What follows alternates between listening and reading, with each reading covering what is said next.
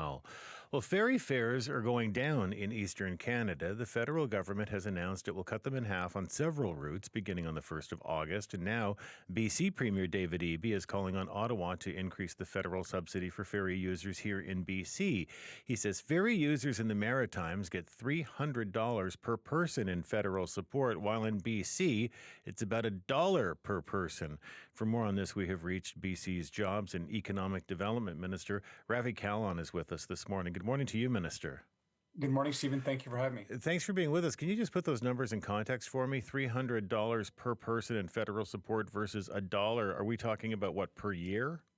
We're talking about per year, and it's significant. And obviously, the premier is frustrated. We're frustrated, and this is not a new thing. This didn't just start this year. This is a long-standing issue that we've had with the federal government, and it's constantly reminding them that there is more to Canada than the Rocky Mountains.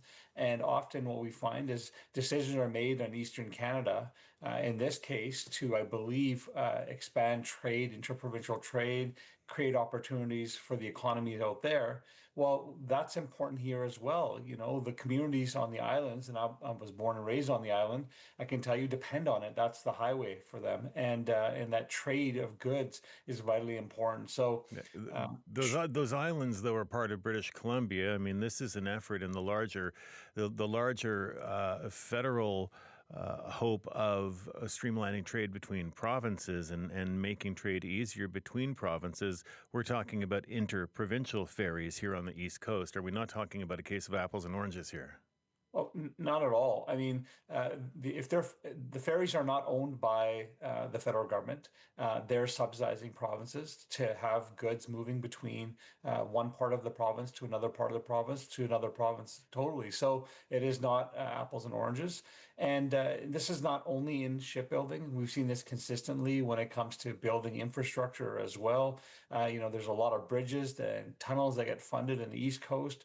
We've had 3 elections of the same announcement of funding the the Massey Tunnel crossing, and yet we haven't seen the funding that we have been told is coming. And so I'm hoping that changes. Certainly, we're more hopeful. We've seen some good indications from the new Prime Minister, but they must have known when they were going to make that announcement on the East Coast that this concern would come to them from the West, but there was no announcement for dollars at the same time. Serge Bai, the CEO of the Canadian Ferry Association, told CBC News that the federal government has a constitutional obligation to support freight and passenger ferry service that connects Nova Scotia with Newfoundland and Labrador. BC Ferries is a private company that's owned by the BC government. Is that not a significant or substantial difference? Well, I'm sure if you were looking for technicalities of why you don't want to support one coast versus the other, you can find a billion technicalities. But the reality is that ferry users on the East Coast are being subsidized by the federal government, and those same supports are not. Is a constitutional obligation a technicality?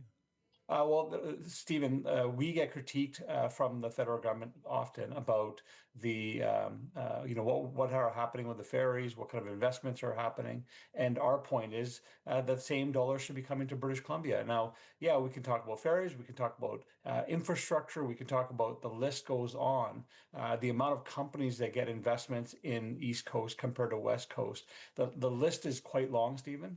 And my point here, and I think the Premier's point is, don't forget about British Columbia. We're here. We haven't seen the same level of investments. Even when it comes to equalization payments, BC is consistently be paying into the system, and those dollars are going to Manitoba, they're going to Quebec, they're going to Ontario, and they're not coming to British Columbia. Hey, how many more goods would be moved between the mainland and Vancouver Island and various other islands if ferry fares were reduced? Significant. We know that costs are always a barrier for goods to be moved. We know that there's a cost associated with having things on the shelves on the island. And it's not only goods, it's people as well. And so, whether it comes to the investments made to have people and goods moved between jurisdictions, or the supports to actually build out the infrastructure, both are important and both are needed. In a statement to the Canadian press, BC Ferry said without additional support, fares would need to increase by more than 30% in 2028 alone just to keep up with operating and capital costs and pressures. What is this going to mean for ferry users in this province who already feel like they're paying too much? Well, it's still early, so we'll have to wait to see what the federal government does. And so it's hard to speculate what will happen if the dollars don't come. Of course, BC Ferries has highlighted that they've got some pressures. But that being said, the point that the premier was trying to make and the point that I'm making to my federal colleagues is we want to see the same level of investments here, whether that's into ferries, whether that's into our supporting our tech industry, whether it's to support our manufacturing capacity, and the list goes on. Is this something, the situation with ferries and subsidies to ferry service, is this something that British Columbia and Ottawa have been talking about actively? Well, the announcement that they just made to subsidize rates out in the East Coast was not shared with us. Came as a bit of a surprise. But the conversation around support from the federal government is not new. It's something that's been talked about with the federal governments for a long time. And again, the need for investments in British Columbia shouldn't be a surprise to them. Premier Eby has met with Prime Minister Carney now on multiple occasions, and Carney's talked about removing interprovincial trade barriers. To this end, what tangible projects or plans are in the works that involve BC? Well, right now, the focus has been removing trade barriers, less about the actual infrastructure. But that being said, we know and we've highlighted to them key infrastructure projects that will help goods move much quicker between jurisdictions. We've talked about the need for them to come in on the Massey Tunnel, how important that infrastructure is. Conversations are ongoing, but we haven't seen the support that has been committed. There's been talk about expanding of the Highway 1. There's been talk about expansion of trade opportunities and infrastructure in the north, and Prince Rupert in particular. So those conversations are happening. I've already reached out to my federal colleagues to say, how do we make a comprehensive approach to ensure that infrastructure that is needed to move goods, but also for safety, is prioritized. There seems to be a reception on the other end. They seem to be interested in that. So I'm still hopeful, but still frustrated that we haven't seen the resources that I think British Columbia deserves. Had the NDP not gone back to the drawing board on the Massey Tunnel, would we not see a 10-lane bridge over the Fraser River today that would be operational? Traffic would be flowing over it right now? Well, it would have been told because that was the original plan.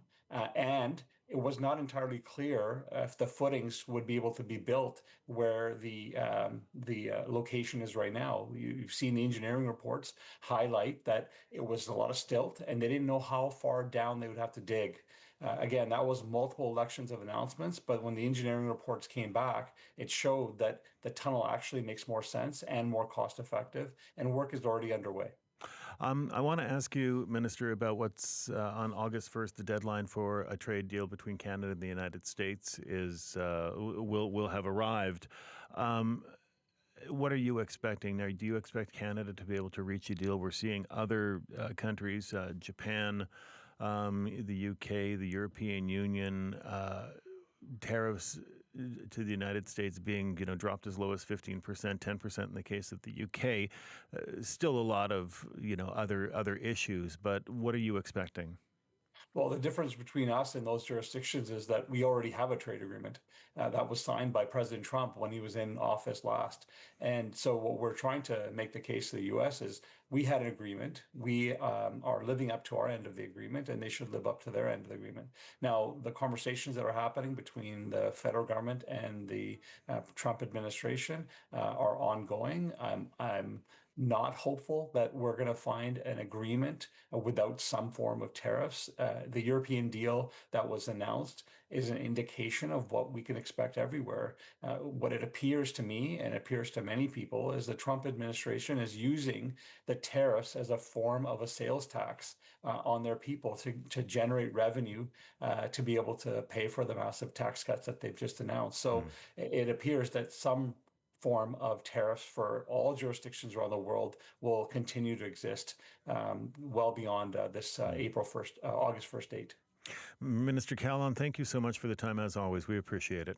Thank you for having me, Stephen. Take care. Take care. It's BC's Jobs and Economic Development Minister, Ravi Kahlon.